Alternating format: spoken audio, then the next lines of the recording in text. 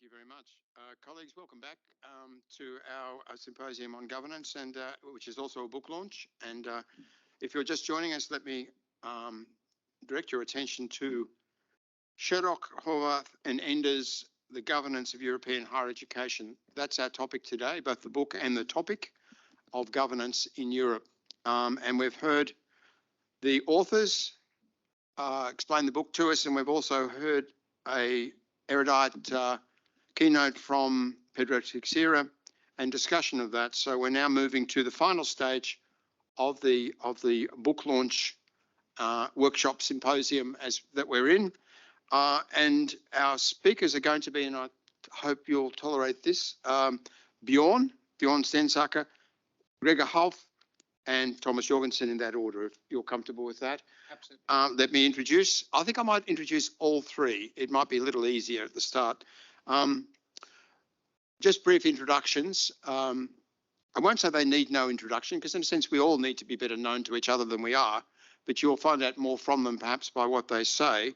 Bjorn is Professor of Higher Education, distinguished scholar in our field, but also Vice Rector for Education at the University of Oslo. Gregor Half is Dean of the Free University's Faculty of Social Science. And Thomas Jorgensen is Director of Policy Coordination and Foresight of the European University Association. The foresight is intriguing. I'll talk about. Perhaps you could explain that. Or make use of it. Yeah. So let me begin with Bjorn.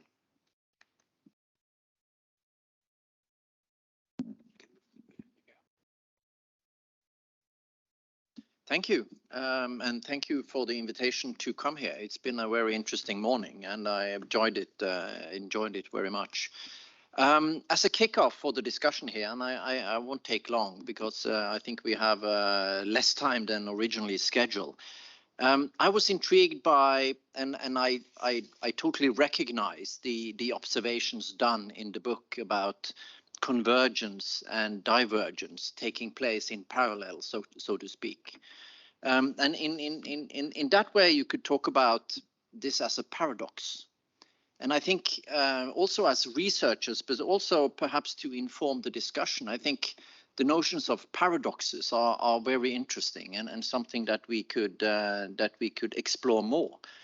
And you could argue that in addition to convergence and divergence being also a paradox, where we see that some converging ideational policy ideas, for example, can actually lead to quite diverse policy interpretations and in policy implementation taking place at national and institutional level. So let me highlight a few more. Just to show some new issues also up in the air. Another observation in the book is about the formalization of universities, that universities are being transformed from an institution to an organization. And I think several speakers talked about that this morning. And I totally agree in that. We can clearly see it, and there is plenty of evidence showing that this is indeed taking place. At the same time, there is also a movement towards, the informal governance, and we talked about it also. And Pedro talked about it in his keynote. There are some academics that perhaps are more powerful than ever before. We can see this informal space also developing in a number of ways. For example, when it comes to the trend that we can observe in a number of universities, that they start to appoint informal advisory boards, strategic advisory boards. And who are the people on these advisory boards? They don't have a function in the formal governance of the university, but they are still there. They are appointed often in a bit mysterious ways. They bring in internationalization, international perspectives. They are by all means, I think, listened to as well, but they don't have any responsibility. So we can see that, yes, the formal dimensions of the university has been strengthened, but in parallel, we could see that there is this informal developments also taking place at the same time. So there is almost some kind of a shadow governance type of structure being established as well in universities. Not that it is new to universities, but it's still there. It's not gone away. It's just taking new formats. A second observation when it comes to paradoxes is the thing about the interventionist state. I totally agree. But that doesn't mean that all others are just being passive pawns. I mean, if we take, for example, the latest initiative from the EU when it comes to European universities, that's a very powerful move. They spent quite a lot of money and resources and energy on developing this. It's a very interventionist initiative coming from the European level. And we can see, what are universities doing? They are also organizing. They're also joining up forces, not only within the European university alliances, but they're also forming other types of interest organizations. If we look at Brussels, and if we start to look at all the number of public and private foundations and organizations now being located in Brussels, you could see that a lot of them are being initiated by universities, joining forces. The paradox, of course, is that talking about university autonomy, because they join some kind of a constellation and alliances, they freely abandon a little bit of their autonomy, maybe as a trade-off for more influence. So that is also an interesting debate, I think. A third dimension is perhaps this paradox about the national and versus the international. More national focus, as we clearly see in a number of countries these days, does not mean that the international dimensions are going away. And again, perhaps the European universities is a super example. The fact that we here are being exploiting, and sometimes the technology is exploiting us, but still here we are in some kind of a hybrid format, where we are able to reach out beyond Vrije Universiteit in Amsterdam with this seminar. So we see that the international dimensions are still there, and they are taking new forms. So especially the digital revolution is kind of interesting in that respect, and I think we haven't really seen the peak when it comes to what that means for higher education. A fourth paradox is the increasing, again, it goes back to this about universities being more formal organizations, the increasing legalization of universities. Some of this pressure is coming from ministries, but also not only in higher education, but also from other sectors, from other, because as public organizations, we now have to take care of human resource management. We need to make sure that there is export control. So suddenly the Ministry of Foreign Affairs come in with new types of regulation. So you could see that the universities are being increasingly regulated by an increasing number of stakeholders. At the same time, a lot of what I think academics are experiencing as less room to maneuver is basically our own fault. If I can take on the hat as a vice rector for a couple of just a second, I would argue that a lot of what we are trying to do at university level is not to steer faculties and departments in too much detail.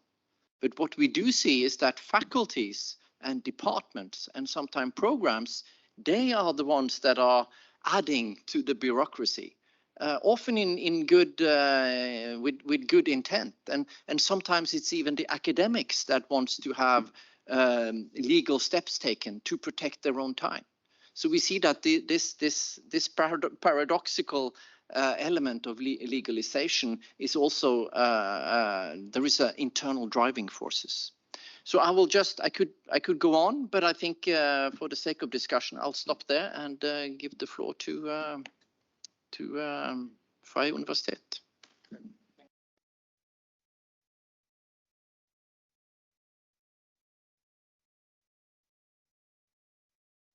Colleagues, thank you for inviting me. My own area is far removed from the topic of today.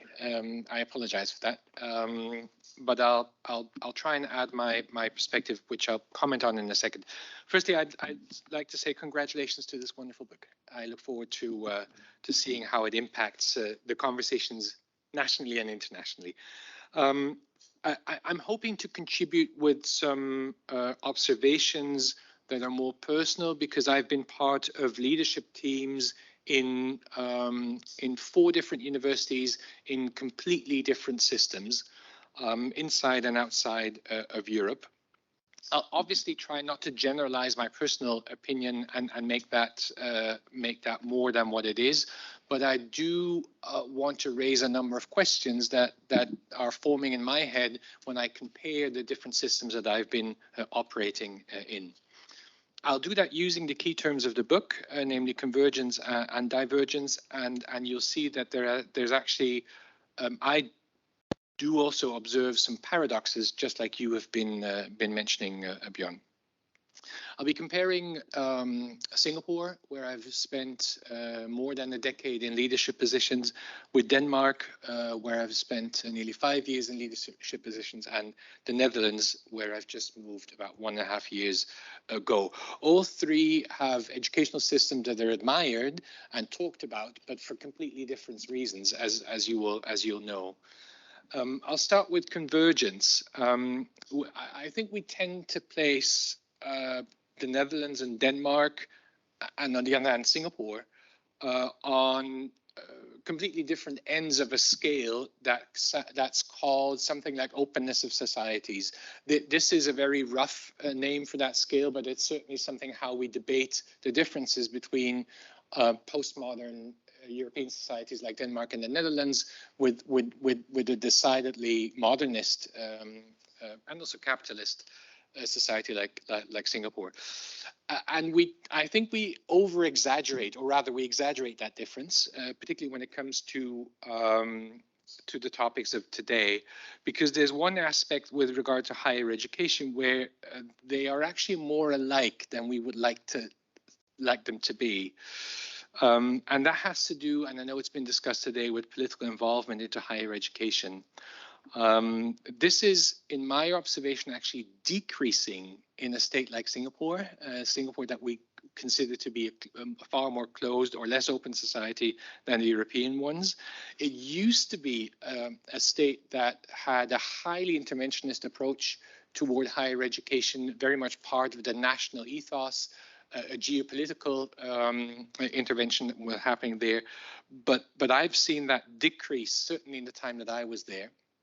While after coming, when I say here, I mean Europe, or rather EU, I've seen a different development in the universities in Denmark and in the Netherlands, where there's more and more of an imposition of, I'll say, exogenous policy fields on the governance of higher education. In Denmark, it's been the regionalization debate.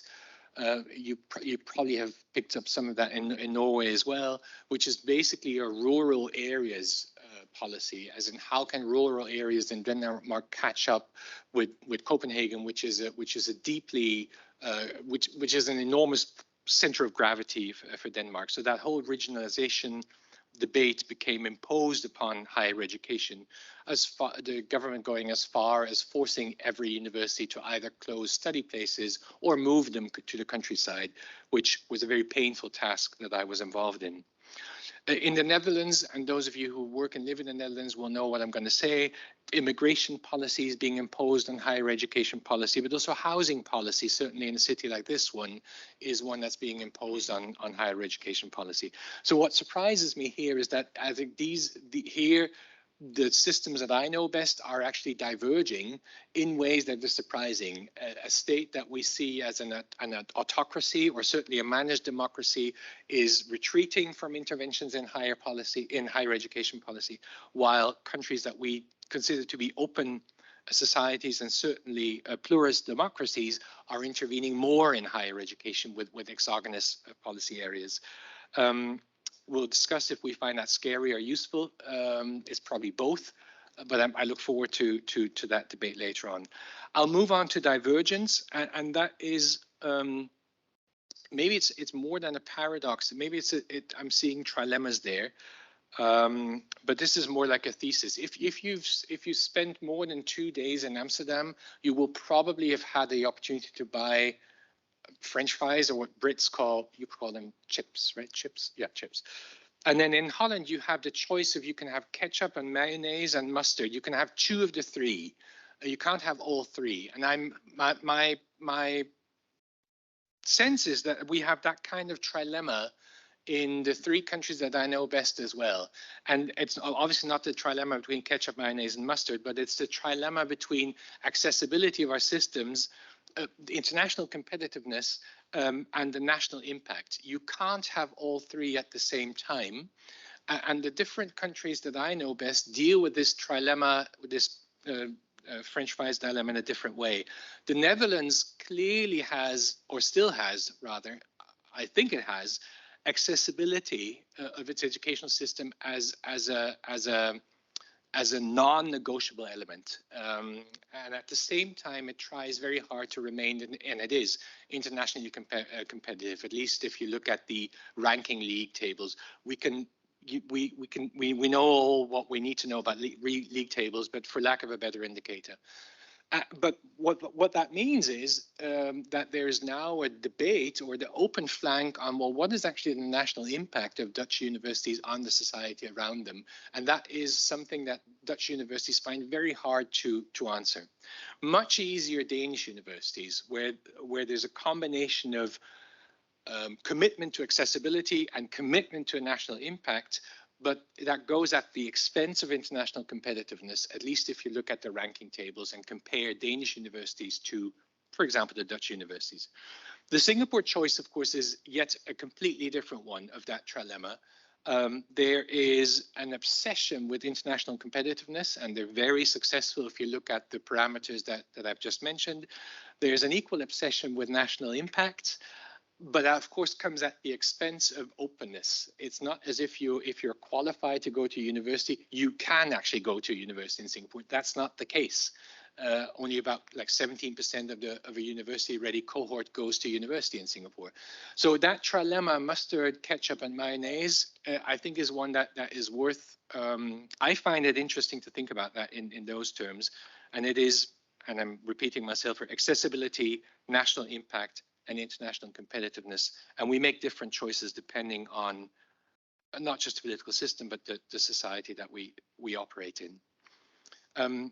I'll leave it at that, reminding you once again that I am not a scholar of this field, but a communication scholar, but it is basically the summary or trying to make sense of my own leadership experiences in these systems over the past 18 years.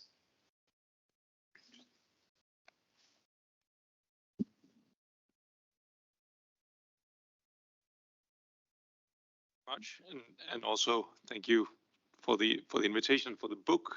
I really enjoyed it. I have to say it was one of these where I thought I'll give this to new staff members at the European University Association. Then they know what it's about. And I have lots to say. I'll try to make it short because I was inspired by the book. I think, okay, the convergence divergence space is, of course, it's a heuristic space. It's a tool for thinking. But when you're at this level of complexity, you'll never land on here's a falsifiable hypothesis of convergence. I mean, that's not what we should look for. But it's really nice to think in. Having said that, if you look at least how I see the European landscape, there is one divergent system, and that's England, that is radically diverging from the rest in terms of marketization and in terms of the discourse around the student as a customer. And that's a major divergence. There are, when you go on different levels, divergences within other systems, but they're not as big. But I do think it's a quality of the book that it takes really 2 outliers: Hungary in terms of academic freedom, and Britain in terms of marketization, and it still manages to have a unified picture and a conceptual framework that brings in those two. So I think it's very interesting. It's particularly interesting to see the Hungarian model treated as something that is extreme, but within a way of a political toolbox that exists many other places. And I think also that's why I wouldn't say Hungary is the big divergent case, it's Britain that, or it's England is the big divergent case that I think will remain divergent. It has not shown its superiority. Let's just put it like that. I am also very intrigued by the professionalization aspect, and being an old Max Weber fan, I of course love to see the word demystification and Zauberung in that space, because it is also a good way of thinking, and you can operationalize it. I think you could operationalize that at theoretical level much more than for good reasons it's being done in the book, and say, well, we have this instrumental action that is creeping into universities as it is in the rest of society. And you could turn it around, and I think Pedro did a bit of that, and Jürgen as well, saying, okay, but what was the old sort of dream of collegiality? And you might call it, playing on Max Weber, the zauberhafte Universität, which really a fairy tale university. And it is maybe a fairy tale, this collegiality that is being entrenched upon, that collegiality that was built on university values and ethos. It was also built on power. It was built on power vested, power and class vested in professorates. It was that. We might all have a dream about this zauberhafte Universität, this fairy tale university, but it is I do believe it is a fairy tale. And then coming back to professionalization, of course, the level of the book is very much on the top level. And there is a lot of talk about the chancellor figure for good reasons. But I would just provocatively make the thought experiment that professionalization in terms of having a large and somewhat powerful administrative class within universities that are not just technical assistants, but have strategic functions. The heads of the doctoral schools, diversity managers, IT managers, building managers, that class would have emerged even in a highly collegial system. We couldn't be Mars universities without that. We can't. We can see it in digitalization, which is something I work with. That there is this move. We can't just have register students in many different ways. We need a unified digital system. We need a unified digital system that's also secure. And I don't think that's a product of a lack of collegiality. It's also that universities are just much bigger and much more complex. Last thing about that is that professionalization, I think this is where the value conflict comes in, is efficiency driven. We do this because we want efficiency, because we need efficiency in a complex institution. Whereas, let's say, the old fairy tale model is not efficiency driven. It's values driven. It's prestige driven. And there are good things in that. Things like serendipity is a core university value. We are not, as institutions, in the efficiency business. I think that's important. Last and very important point, and here we come to the foresight, is the end note of the book. I challenge that we have sort of come beyond peak Europeanization. We are looking at a divergent and more national picture. I can see that happen. I can see that happen with, I don't like to use the word populist, national conservative governments as a risk, but it's not necessarily something that is automatic. It's not that you have a national conservative government and you're then having the close down on universities. I don't think there's a direct consequence of that. But I also think that there are several, I mean, when you work with foresight, you always work with several futures, and there is that future of sort of national entrenchment.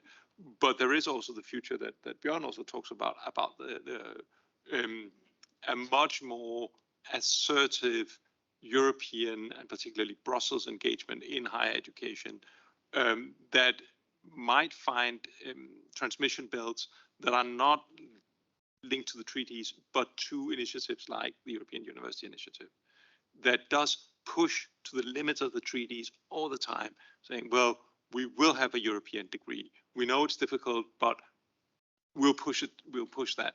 We'll try to have European legal entities.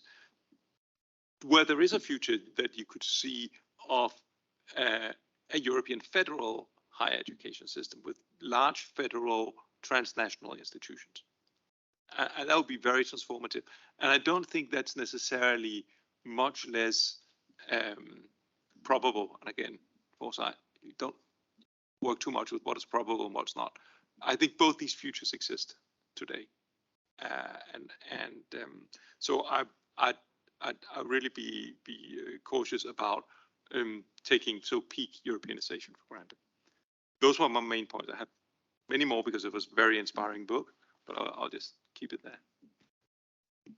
Now we open the discussion for general discussion and welcome hands up from the floor and also from the online audience. And I think we'll also welcome more than one contribution from our book's authors who are here in response to what's been said so far.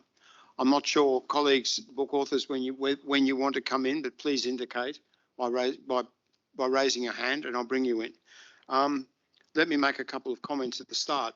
I mean, to me, I think I've got three comments. I mean, one is that I'm still persuaded by the point I made at the beginning, which is that I think you can see higher education increasingly relativised by the state everywhere, worldwide, and as being relativised by the role of the states, it's increasingly convergent on the question of autonomy. If not the same everywhere in relation to autonomy, which it certainly isn't, it's certainly undergoing, if you like, transformative pressures in a similar direction in that respect. On the other hand, because state projects around the world are divergent, you see that increasing impact of the state on higher education playing out in divergent practices. And what's interesting is that those divergences cut across, to some extent, the three models that you in the book have brought forward to us, that is the Humboldtian, Anglophone and Bonapartist or Southern European and French model. That second point I want to make is in relation to the trilemma. Trilemmas are interesting. My friend Marak van der Wende uses trilemmas when she talks about universities. It's a slightly different one, but I was really intrigued by Gregor's trilemma. That was quite helpful. And it made me think about Singapore because I come from that region. So yes, I know you do. Yeah. I mean, Singapore case is very interesting in the world. I mean, geopolitical scales are a slippery thing. So when you say in your trilemma, your global and national are not fixed things they have different relationships case by case. Yeah. And the case of Singapore is an outlier in that respect because the global project is the national project. I mean, the global project is to be globally competitive and effective and a trading nation in services sector and transport and so on. And there's no hinterland, there's no nation separate from that core set of industries which Singapore has been so successful in making itself competitive in. So it's a somewhat different case. And I think you're right about the trilemma generally, but I think that case you probably could have access, for example, at a higher level I mean, if you didn't have just NUS and Nanyang, but you had, say, two more, it's probably affordable. I think Nanyang, well, yeah, but two more of that type. And I think Nanyang, especially, and NUS, fantastically successful institutions, but you could probably spread it a bit further. But I think that remorseless Singapore efficiency and targeting and focus over the long term in particular lines of action has led to the trilemma rather than it being, if you like, inherent in the shaping of the problem. England, as an outlier, such an important question for those of us in England. The CG Public Good Project has gone down that road and basically, of the 11 cases, found that the English case is extreme. The kind of public good role of higher education has been emptied out there. You can see this when you trace the line of reports from Robbins to Auger, the 2019 report, and you see successively the public good factors just disappear. And by the time it gets to Auger, they say, well, we think there's this value for money is all very well, but we think there's another dimension to higher education, And we know that it has a social role that we haven't really discussed in the rest of this report, which is quite an intelligent report within its limits. But we don't know what that is and we don't know how to measure it. And they just stop there. And they don't actually use the word public good. And the word public good doesn't appear in the last 20 years of reports. And when we interviewed among policymakers and experts on higher education, including Mike, who's here, and sorry to blow the anonymity, but there you are, and also in institutions, we found that everyone we interviewed was committed to the idea of the public good role of higher education, and they lacked the language to talk about it effectively. They didn't have measures, they didn't have proofs, they didn't have indicators that they could point to easily, and they didn't have a general form of words which worked either. And there was this real floundering and groping around for a way of talking about the public good, which you wouldn't find in systems where it's built in to the fabric in an overt and open way like in the Nordic world. So I think you're absolutely right about this, marketisation shaping a kind of extreme divergence. And yeah. Now, would anyone else at this point like to come in? I'd really welcome more voices than my own. So, Mike, yes.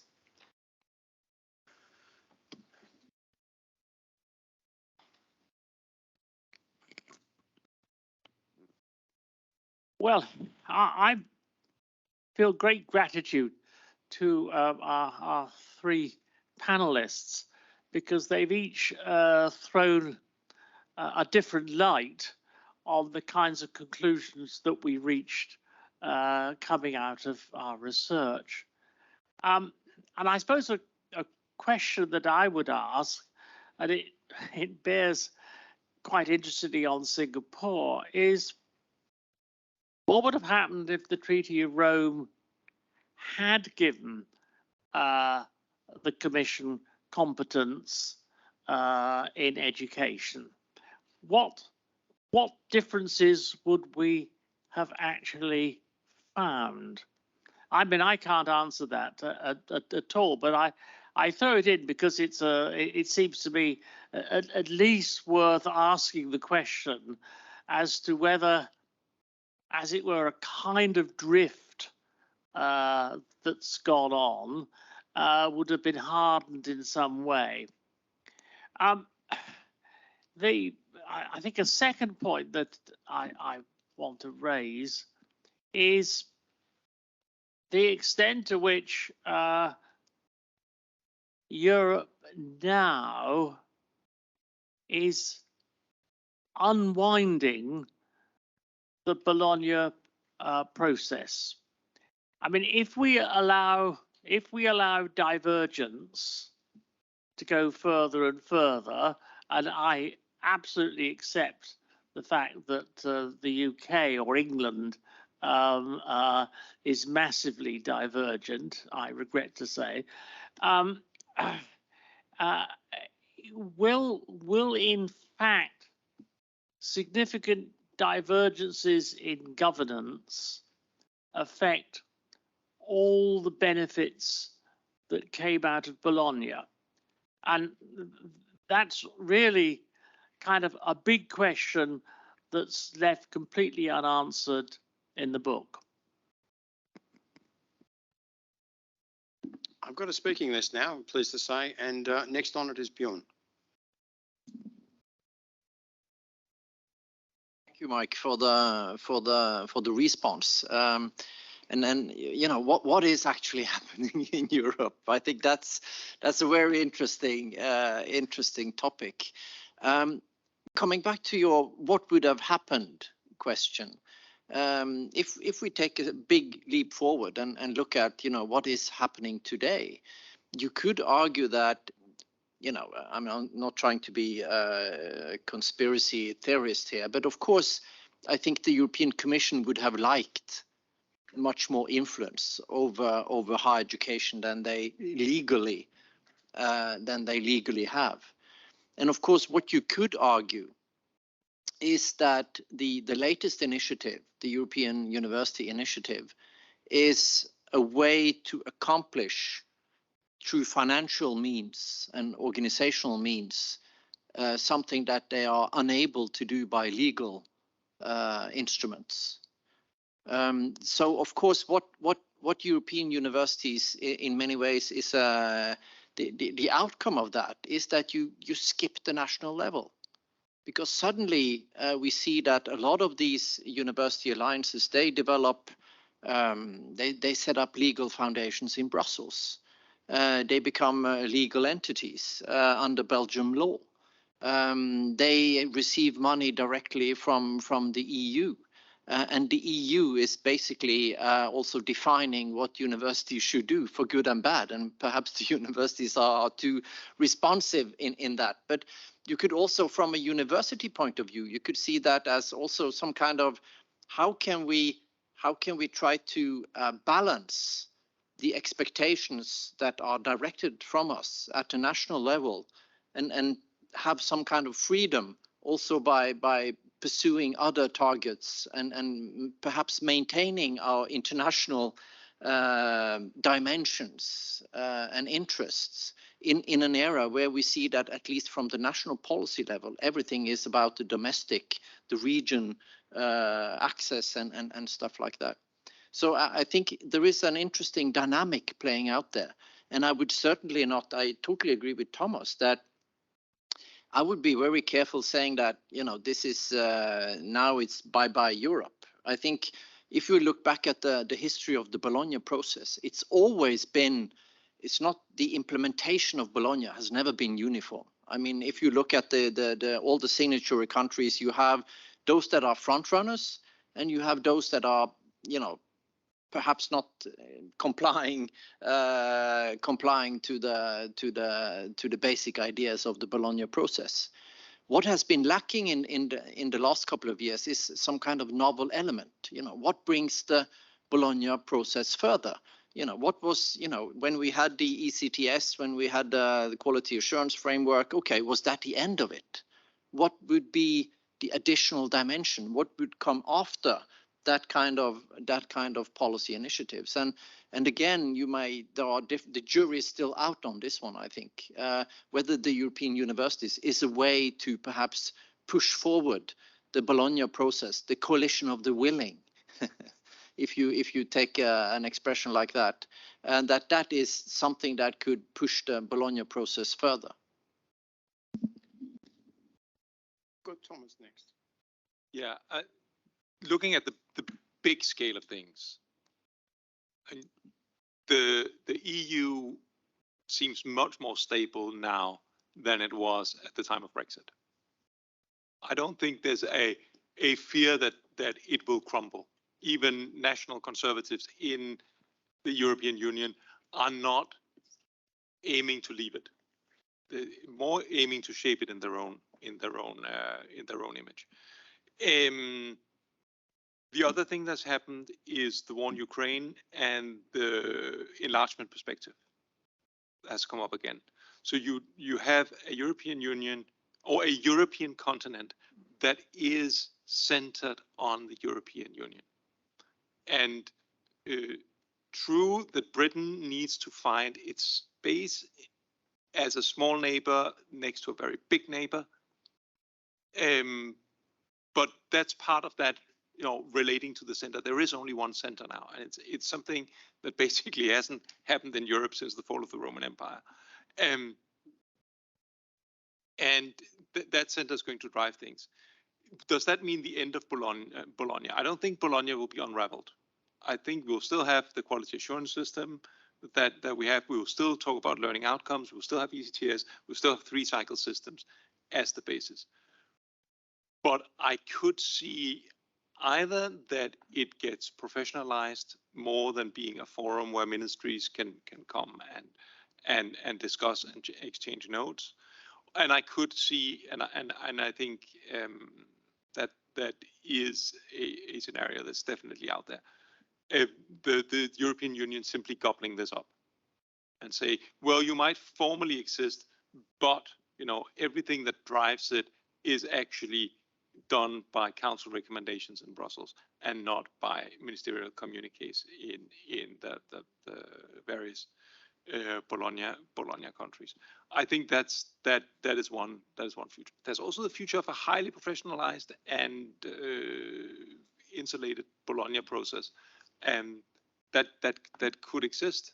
I wouldn't say that will never happen, but I think you have to look at the geopolitical space here, and we are in a situation. There is at the moment one political center, and this is where political initiative comes from, also in the higher education area. So maybe we don't need that treaty change. Maybe it will come by itself. Well, there's certainly a lot at stake, isn't there, in the question of divergence and convergence. There's two people here who indicated they want to speak, so I might bring them in. I think we'll take you my left first and then my right. Yeah. Yeah, thank you very much. Very engaging again, and I'm a little bit stuck with the paradoxes because they keep playing in my head. So I've lived in this country number 6 that I'm living in now, and I've seen higher institutions in 5 different countries inside of the EU and the outside. And the previous institutions that I were in, they were rather small and elite. And I really see how this old model or the dream that's based on values and prestige still operates in some countries where there's also seems to be more autonomy at the same time. And I see also how I have this conflict inside of me between, yes, on the one hand, I also long for this old dream, you know, where universities were exclusive and special and had a certain position in society. And on the other hand, really wanting to be inclusive and really identifying with an institution that wants to go away from this. But then you have mass education, and then you have all these problems, bureaucracy, and so on and so forth. So there seems to be little, you know, so in a way we still feel a little bit stuck in that paradox. That is one thing, just that I needed to express. There's another big elephant in the room where I have the impression we're not mentioning that. And I talked to Pedro in the break where he said we need more collegial engagement again. We need to reinvigorate the university, and I'm totally with him. And we see this with the empty seats in the room where I think, where are the people when we talk about so important matters? And I understand everyone who is not here today because there are also pressures from the outside or people overburdened, and we have a well-being problem also in the higher education sector that explains why people might not be more engaged. And this is something, of course, that has fallen a little bit out of this discussion.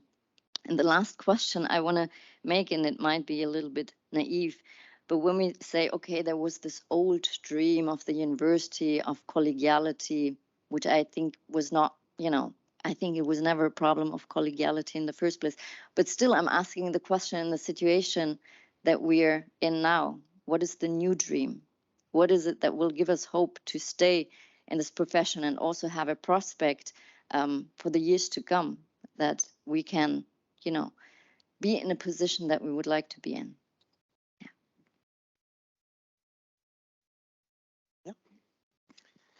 Thank you very much, and for an intriguing morning, for keynotes, for conversations, for dilemmas, trilemmas, what have we.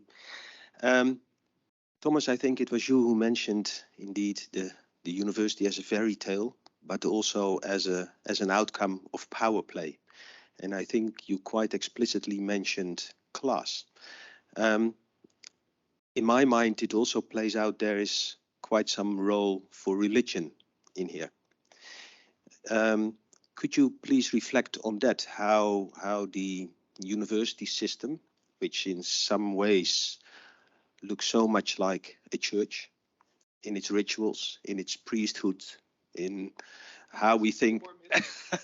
Thank you, Gregor. That's indeed.